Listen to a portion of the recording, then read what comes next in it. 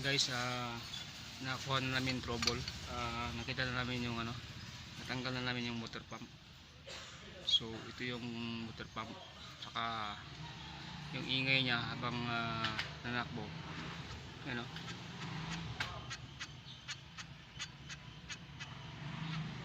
para siyang sumahapit na rubber.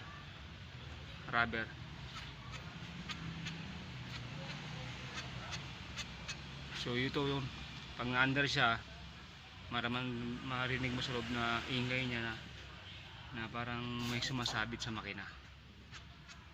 Kaya sirado kasi yung van, so pinong-pino yung andar pero may tunog siya na kakaiba. So ito yung kinukumpi ng may-ari. So water pump tinanggal namin. Pag asimbil na pala siya kasama yung tensioner, yung bracket niya magkasama. Ngayon madugo kasi tinanggal namin yung cover. Pati timing belt tanggal din.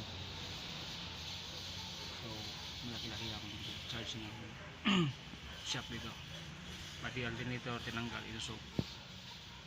So update na lang natin guys pag wala na yung naikabit na namin yung bago, mawala yung tunog.